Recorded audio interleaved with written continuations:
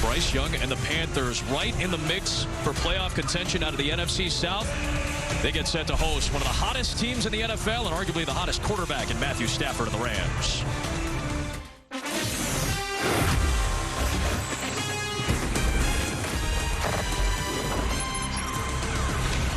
From Charlotte, the Fox NFL pre-kick is presented by Nationwide. Nationwide is on your side. A key matchup, one of the best of the week in Week 13 on this final day of November. The 9-2 Rams riding a 6-game win streak visit the 6-6 Carolina Panthers. As we welcome you inside the booth, Adam Amin, future Hall of Famer Drew Brees. Christina Pink is with us today as well. So not only do the Rams have one of the best quarterbacks in the NFL, Matthew Stafford's playing great. They got two of the best receivers, Puka Nacua, Devontae Adams. On top of that, their defense looked great on Sunday against Tampa Bay in a dominant performance. They're the #1 scoring defense. It's a very good Rams team right now. Yeah, let's throw in probably one of the best offensive lines they've had in the McVay era. They got 3 outstanding tight ends. It's really the most complete team in football, and they're playing like it right now. A 6-game win streak. They come in red hot. The Panthers all of a sudden find themselves only a half game behind the Tampa Bay Buccaneers for first place. This is a position that really they haven't been in this deep into the season in a while. No, and look, at times they've played really well this season. It's just been inconsistent. But if they want to have a chance today, they have to play with a heightened sense of urgency and really take the fight to the Rams, kind of beat them at their own game, run the football effectively. You cannot give the ball enough to Rico Dowdle and Chuba Hubbard. This is going to be a big task, especially with some injuries on the back end. Christina Pink will have some key news coming up before we kick it off from Charlotte with a key matchup in Week 13, Rams and Panthers.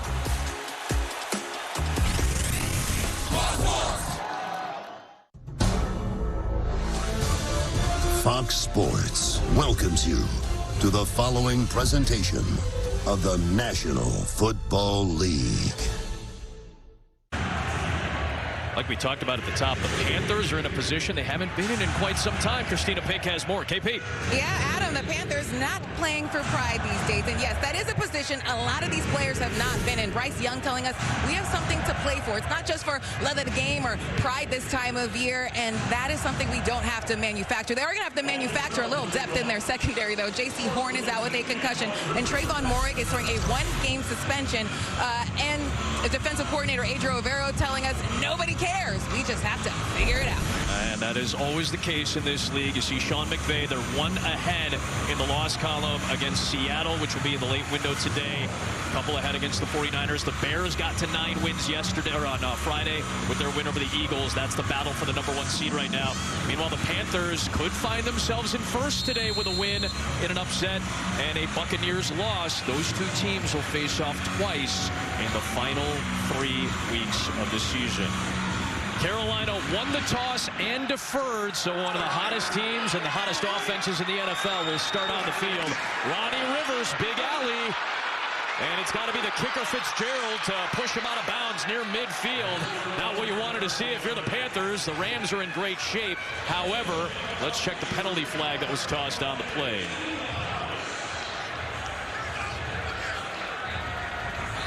Scott Novak is our lead official, filling in on this crew for the injured Adrian Hill, who got hurt on that Thursday night game a week and a half ago in Houston. After the play, personal foul, unnecessary roughness on the kicking team, number 48. That 15-yard penalty will be added to the dead ball spot. First down. Thomas Incoom, the third-year man out of Central Michigan, with a bad mistake. So you get a 45-yard return, a 15-yard penalty. What better position? How much easier do you want to make it for one of the best quarterbacks in the NFL and one of the hottest offenses? Yeah, this is not the way you want to start. Matthew Stafford playing at an MVP level so far this year. 30 touchdown passes. He's gone 27 straight touchdowns without an interception. It's been 10 weeks since his last pick. He starts his first drive from the 35-plus, and it gets batted down near the line of scrimmage by A'Shawn Robinson, his former Super Bowl champion teammate with the Rams. 30 points per game for this LA Rams offense during their 6-game win streak. Yeah, and really it started up front. It's probably the best offensive line group that they've had since Sean McVay has been there. And it's really kind of set the stage for everything that they do with their run game, their play-action game. You're going to see a lot of snaps under center today. They lead the league, actually. 60% of their snaps are under center. But then they have the ability just to go shotgun and throw it all around the yard as well. That's what Stafford's been doing lately. They use a ton of motion, about as much as any team in the league. Stafford over the middle. He's got Puka Nacua, the most targeted receiver in the NFL, fights for a few more yards and a first down. Panthers defense has not really been the issue. They've played pretty well over the course of the last 5 or 6 weeks. They held San Francisco to 20 points on Monday night. Yeah, they played outstanding, especially over the last 4 games, where it's been a bit of a bend don't break, but they have been top 10 in points allowed, and they've been taking the ball away, which is the key. But this front 4 is really going to have to step up and stop this Rams running attack. He'll try to get going here with Kyren Williams, and he pushes ahead for a few. Again, you talked about it. KP gave us the update. They're without their top 2 tacklers in Christian Roseboom, the former Ram, and Trayvon Merrick. And they're without their best cover corner today in J.C. Horn. So big weight on Mike Jackson and Shaw Smith-Wade as they got a battle with the Nakuas and the Adamses of the world. It is, and that's why I'd expect to see a lot of just kind of shell zone coverage, which is going to be a light box for the run game. That's why that front, 4-5 is really going to have to step up today. Stafford off the fake, dumps it off. It's the tight end Colby Parkinson with a convoy of blockers, and he sets up first down and goal. Warren McClendon, the right tackle, had a very solid block in that grouping. Yeah, and the Rams are as good as anybody in the league at setting up those screens, wide receiver screens and tight end screens. In fact, they average more yards per screen called than any other team in the NFL. And it's just one of those parts of the game where the minute you think you got a beat on this offense and you're rushing the passer, all of a sudden they slip one of these screens on you, get linemen downfield, and get these chunk plays. So they do mark it 1st and 10, just shy of the 10, so technically could get a first down right near the goal line. There's another screen. Nice grab by Nacua up top. And he works his way down to about the 4. So they can do these screens with everybody. Like Adams runs a couple, but Nacua can do it. Any of the tight ends. Williams can do it. Corum does it. They got all these different weapons. Yeah, it makes you cover field to field. And there's Stafford with the old patented, turn and 2. Even though he was a catcher, he wasn't a shortstop, but he's got all the arm angles. And Nakua's that guy that you want to get the ball to on the perimeter in the screen game. In fact, when he's not in the game, it certainly changes what they do on the perimeter, but he is their weapon with the screen game outside. This is Davante Adams territory. Red zone and inside the 10. Adams, touchdown. Just like that, great field position and about as easy of a drive to open a game as Matthew Stafford has had. They just make it look too easy. They get Davante Adams in this tight alignment, and a lot of times if he's pressed, he might run a fade. In this case, he gets this off and outside technique right here, and he's just going to slide right inside. It's an RPO. It's a run play, so Matthew Stafford could turn and hand it off. But if he feels like he's got the leverage and has the lane, just that me to you combination that's been so deadly this year between him and Davante Adams. A league-leading 13th touchdown reception for Davante Adams in his first year with the Rams. And Matthew Stafford basically knows exactly where he's going to go when they get inside the 10. It's Davante Adams territory, 116 career touchdown, and a handoff for a young Panther fan, too. Sean McVay and Matthew Stafford have been on the same page for a whole year, basically, especially. 28 straight TDs without a pick. That's now the longest streak in NFL history. Matthew Stafford breaks a tie with our colleague Tom Brady. And Davante Adams continues to be an incredibly productive receiver. He gets the touchdown, and the Rams with an easy start. Stafford's just been unconscious these last 8 games. Harrison Mevis takes over full-time as the thicker kicker for the Rams. Trevor Etienne, the rookie, with the return. And a decent one as he gets near the 30-yard line, grabbed by Troy Reeder.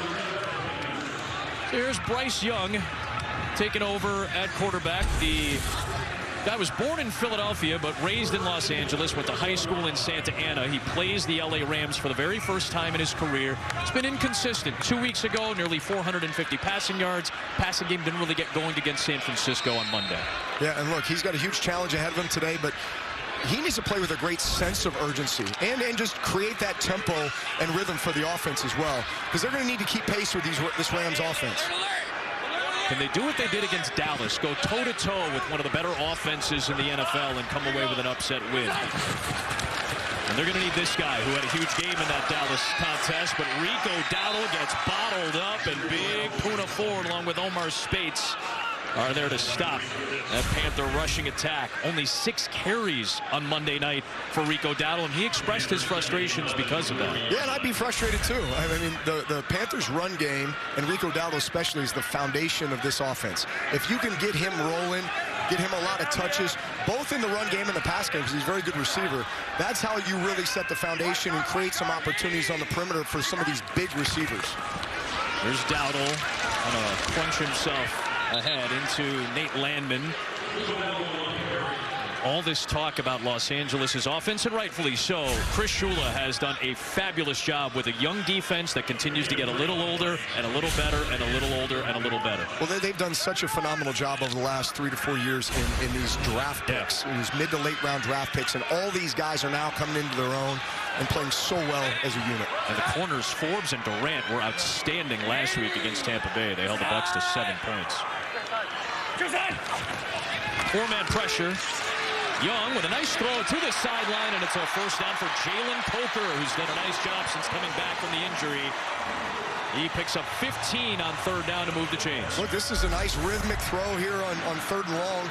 And honestly, I think Jalen Coker might be the secret weapon for the Carolina Panthers today, because they're going to run the football. He's the guy who they bring in motion, tight splits in order to dig out safeties and force. He's also a big target in the passing game.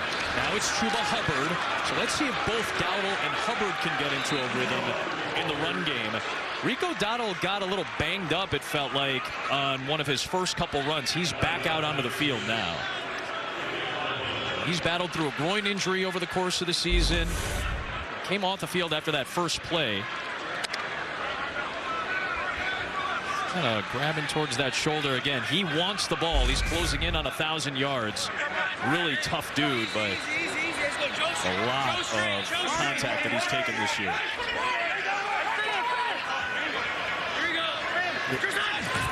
From plus territory on 2nd down, it's Dowdle. And lunges ahead with Byron Young on the tackle. That'll bring up 3rd down. You know, it's interesting the approach the Rams took there with that front. They just kind of had a heavy front, brought these backers to the edges. It really became a 6-man front. I think they recognize that the Panthers are going to try to feed these 2 running backs, especially Dowdle, just to try to stay ahead of the change and get themselves in the 3rd manageable situations. Exactly what Chris Shula told us this week. We expect them to try to take the air out of the ball like they did against Green Bay, dispossess the Rams' excellent offense. To do that, you got to convert 3rd down. They'll stick with the ground game, and Hubbard bursts through for a first down inside the 40. Been a weird year for the run game at times. Obviously, both running backs have dealt with injuries at various points. Hubbard had a calf strain, which kept him out for a couple of games in October, and that allowed Dowdle to come to the forefront. Hubbard's been a professional, true professional when it comes to all of that. Dowdle's still on the sidelines. It's ETN and Hubbard in now. Yeah, I mean, it's really a dynamic duo. You know, both those guys have so much versatility, both in the run game and the pass game.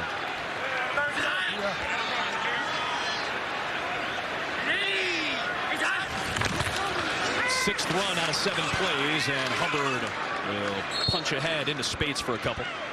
Well, look, I like the formula. Obviously, a lot of run game, and they've got some RPOs on the edge that they haven't thrown yet. But I think it's a good part of Bryce Young's game. You know, he has a knack for, you know, being able to kind of hold the ball in the pocket of the running back, pull it late, deal it to the edge if they get the numbers right. Dave Canales calling the plays, said he needed to get Dowdle more involved in the run game. He took accountability for it after Dowdle expressed his frustration both vocally and on social media. Canales accountable himself. Let's go load here, load. Come up, here you go. Extra body for the Rams.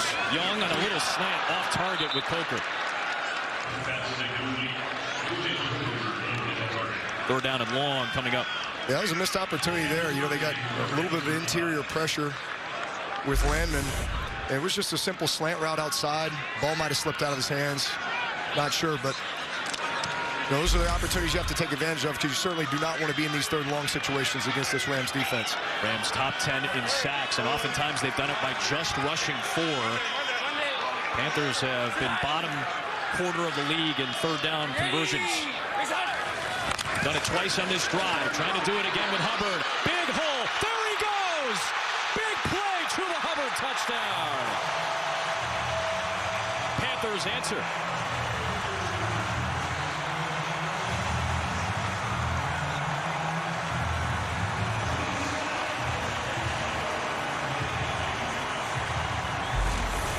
So they caught the Rams here just with a lot of interior defenders trying to disguise some sort of a pressure. You send the tight end in motion. What that does is just creates numbers on the edge. So now you got basically 3-on-2. Back with the ball in his hands, 2 blockers, 1 sealing, 1 kicking out, and creating that nice run lane for Chuba Hubbard. Really nice play design on 3rd and long by Dave Canales. Fitzgerald will tie the game. The question we ask, can they go toe-to-toe with a really good offense again? They needed 8 yards. They got 35 for 6 points. And Drew said it. Hubbard's been great in the pass game. A career-high 3rd touchdown through the air for Hubbard. We're tied. Play designed by Dave Canales on 3rd and long. You get 2 of your bigger body blockers, Jatavian Sanders, tight end, and then Xavier Legette right here. Watch how they just kick this thing out, seal this, and create this nice lane for Chuba Hubbard. That's the guy you want, ball in his hands on the perimeter. He's such a weapon in the pass game. Nice on 3rd and long when you can just deal a screen to your running back and let him go make a play. Great start for the Carolina Panthers. Impressive response after the Rams scored on their opening drive. Off tacklers and takes it past the 30. You can play the Fox Super 6 NFL Challenge. Download the Fox Sports app right now and enter for free for a shot to win your share of $10,000 in cash prizes. You can see the Fox Sports app for details. Matthew Stafford and the Rams, who started on the plus 35 for their opening drive, will start at the minus 32. What a fabulous season for the 37-year-old who is one of the odds-on favorites for MVP. The Rams suddenly the odds-on favorites to win the Super Bowl after what they've done the last month and a half. There's Kyron Williams. Good speed and a first down. Excellent job by Blake Corum, I should say. Even with how good their pass game has been, you kind of forget that these 2 running backs have done a rock-solid job in Williams and now Corum. Yeah, they're a dynamic duo of their own. Obviously, Kyron Williams gets a lot of carries. He's kind of their nickel back, catching a lot of balls out of the backfield. He's one of the best just protectors in the backfield as well. But, man, Blake Corum can do some things with the ball in his hands, and he's kind of one of a smaller stature, so you kind of lose him back there sometimes. Tough for a defender. Fake it to him this time. Stafford patting the feet over the middle. Davante Adams trying to separate. All the way down inside the 25 of Carolina. The Rams offense is moving easily so far today. 32 yards. Yeah, you know, with Stafford and the Rams' ability to get under center and run the football, it just sets up this play action so well. And obviously you get some of these big targets across the middle. This is something Davante Adams has been doing forever. And, of course, Stafford's ability just to layer the ball in there. You know, these are the chunk plays that really, if you're Carolina Panthers defense, you're trying to limit. You know, just bend but don't break. Obviously, get down the red zone. This becomes the key situation in the game for them.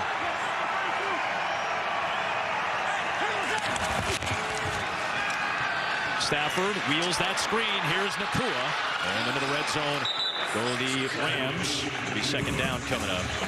They just do so much of this. And really, to me, their screen game is an extension of their run game. Yeah. You know, it's a very high percentage throw. You're getting blockers out in front, and you're getting into one of the most dynamic players' hands on your team and in the league, Puka Nakua. And you got Adams to deal with on the other side. Again, a huge challenge for Mike Jackson, who's matched up with Adams. And Nakua on the other side against guys like Shaw Smith, Wade, and Caleb Evans. Carolina's in its base defense right now. Here's one play for Corum, and he's got the first down. So this is where the Rams were on the opening drive. They go to Davante Adams in this area of the field. He's got 13 touchdown receptions this year. 11 of them have come from the red zone. 9 of them have come from the 5-yard line and in. This is his territory. He had this connection with Rodgers. He's got it with Stafford. Look, it's pretty demoralizing for a defense when you know exactly what they're going to do. He's either going to run a fade or he's going to run one of these quick bullet slants, and you still can't stop it. There's the fake. Looking in Adams' direction. He got covered up, so right back underneath to Xavier Smith, who missed the game last week with a concussion against Tampa Bay. He ends up picking up 4 yards on the play. You see he's got the Guardian cap on. Well, you said it. They didn't want to go to Adams when they get in the red zone. You really had kind of an in-and-out coverage there. So they took that away. Stafford was hanging on it. He was one to throw in the end zone. He's like, all right, if I have to throw the check down, I'll throw the check down.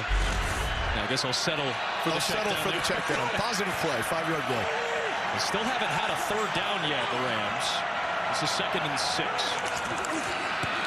Play action fake. Stafford rolls. Stafford throws. A little bit of a dangerous pass. Nakua was trying to hold on. It's incomplete. Into a very tight window. It brings up 3rd down. Yeah, I think Stafford got a little greedy here. They do such a good job, again, setting up this play action and boot game. But really, it's Colby Parkinson right here as the outlet as to where he wants to go. But, I mean, if there's a guy who can make tight window throws, it is Matthew Stafford. Nakua has had a bunch of those diving catches in the end zone in his NFL career. 3rd down and 6. They can get a 1st down at the 2. Stafford. Batted in the air. It's picked off into the hands of the former LA Ram, Nick Scott. And there's the first interception in 10 weeks for Matthew Stafford. It was deflected by Derek Brown. Panthers had 3 first-half interceptions against Brock Purdy last week. Brown off the head and into the hands of Stafford's former teammate Scott. Big stop, Carolina. It was only the 8th streak of 300-plus passes in NFL history without an interception. Stafford's ends at 318. Zach Bond had the last interception for Philadelphia in Week 3 until Nick Scott had a look-what-I-found moment off the helmet of Derek Brown. And from the 20 is where Bryce Young and the Panthers take over, and a little shovel up ahead for one of their tight ends. Ends up being Mitchell Evans, the rookie out of Notre Dame, who ends up getting shoved out by Nate Landman. Back to the pick. Yeah, so take a look at Derek Brown right here. This is what all good defensive linemen do, is that whenever you get double teamed and you know you're not going to get to the quarterback, you immediately look to jump up and get your hands on the ball. And typically Stafford does a great job with his eyes of being able to manipulate defenders not only down the field but D linemen to get around him, but not that time. Big paw of Derek Brown leads to the Scott interception. After the pickup of 7 for Evans, they go right back to the ground game. Dowdle gets tripped up by Tank McCullough. No gain on the play. You're without 2 of your best defensive players, Merrick and Horn, so a lot more weight onto arguably, I don't even think it's an argument, the best defensive lineman for Carolina. Yeah, and he told us this week, he said, hey, we're gonna have to step up as a defensive line. We understand we're a bit shorthanded in our secondary. We're just gonna have to just keep the top on the coverage, and a lot of that burden is gonna fall on us to stop them in the run game and then be able to make plays like that. Carolina's gonna need to create some turnovers in this game and some opportunities. Empty set on 3rd and 3. Long pass, and it's through the hands of Tommy Tremble. Tight end could not haul it in. Again, those are the types of plays that Carolina has to convert, and it's 4th down. They'll have to punt this away.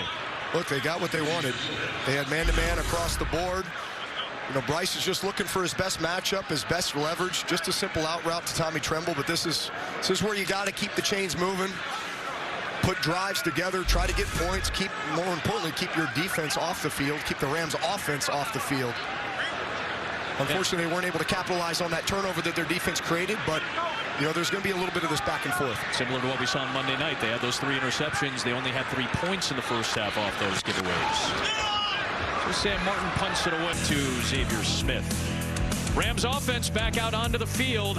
Panthers trying to stick with the hottest team in the NFC. After they trailed 14-7. Our big deal moment is brought to us by Walmart. Those 2 big takeaways by Carolina looming large. They were huge, and it's exactly what they needed to do in this game, was to create some plays. You're not going to stop this Rams defense or offense. Try to slow them down, make them kick field goals, and take the ball away. That was the factor in the first. Great Big Ten games. There have been some great Big Ten championships. There's never been one with #1 versus #2 in the country, and that's what we have on Saturday on Fox. Ohio State and Indiana with a couple of guys that are in the mix for the Heisman, and Julian. Something short. You're getting man-to-man coverage, and Bryce is going to read the free safety right here. But you're man-to-man outside. You got both these guys running cross. Having insurance isn't the same as having State Farm. It's like needing the experience of this trainer, Good to go. but getting that trainer. Megan Trainer. I'm all about that brace, no trouble. Give me your arm. No, it's not for that. Who are you? Patrick, I play football. This is Patrick, everyone. Give it up for Patrick. He does sports. So don't settle for just any insurance when there's State Farm. Why is no one clapping? Like a good neighbor, State Farm is there. Take a look at what happened on that last sack fumble. So see where Derek Brown is. First off, you've got this loaded front over here, which you know there's going to be games coming here. And that's exactly what took place. Down to the wire, week 14, great slate next week, and it's headlined by a huge NFC North matchup. Packers and Bears both win on the holiday weekend. Bears with a statement victory over the reigning Super Bowl champions. Packers continue to play well these last couple of weeks after being upset by Carolina. Josh Allen and Joe Burrow will square off in the early